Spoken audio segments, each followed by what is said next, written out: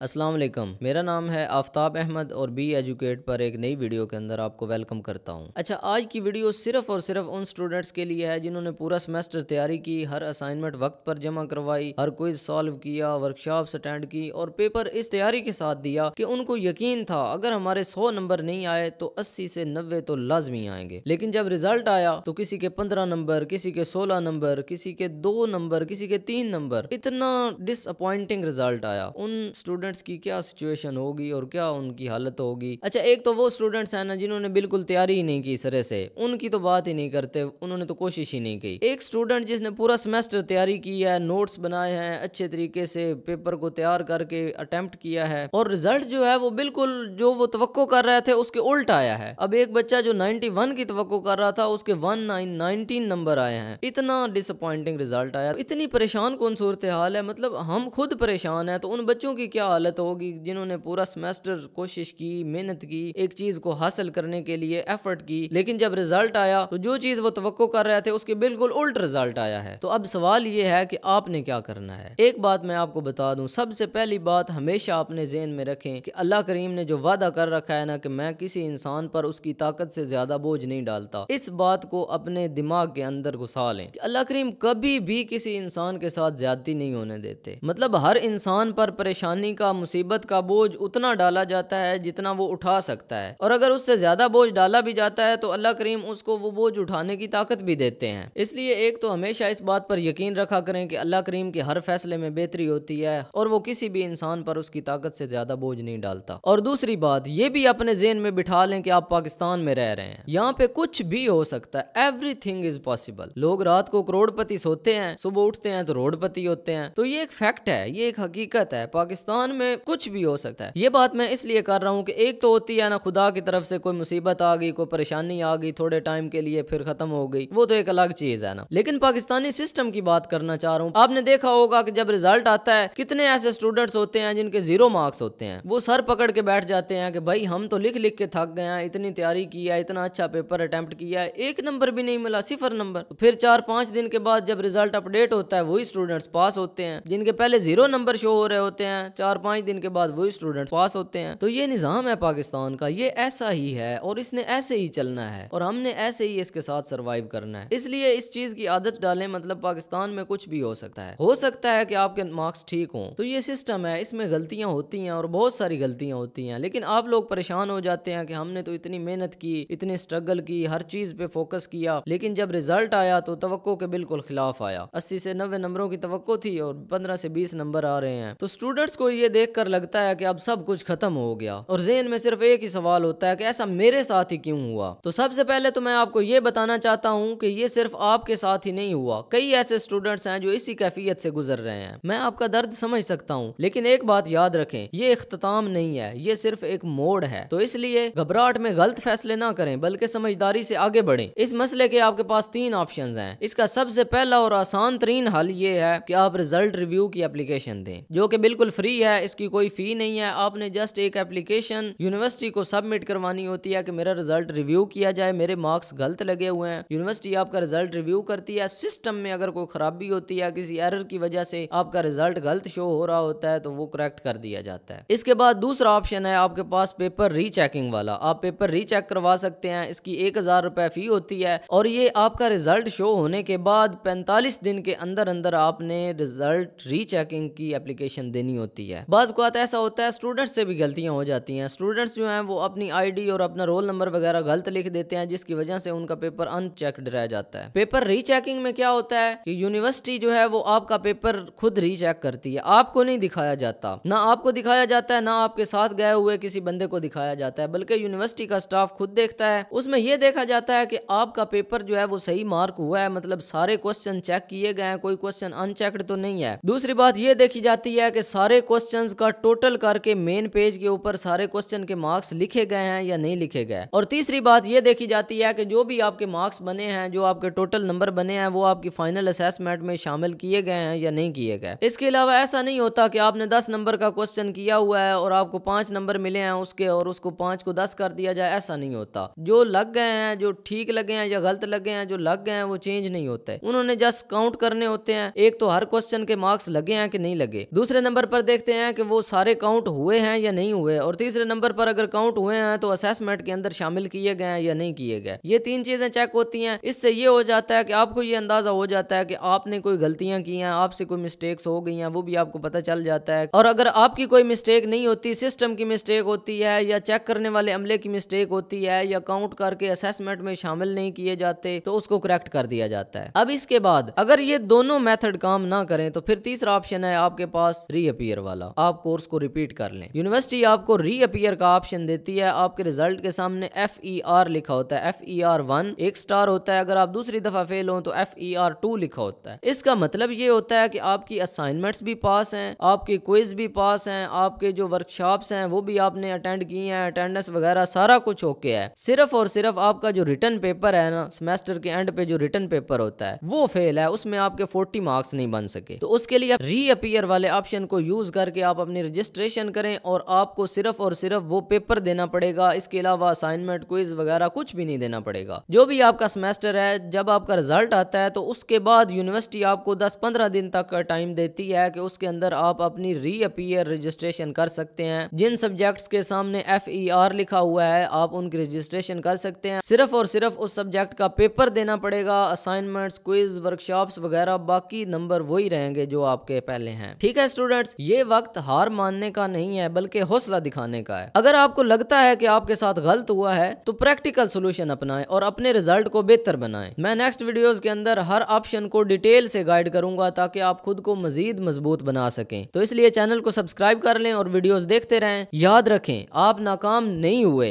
बल्कि आप एक नई शुरुआत करने जा रहे हैं।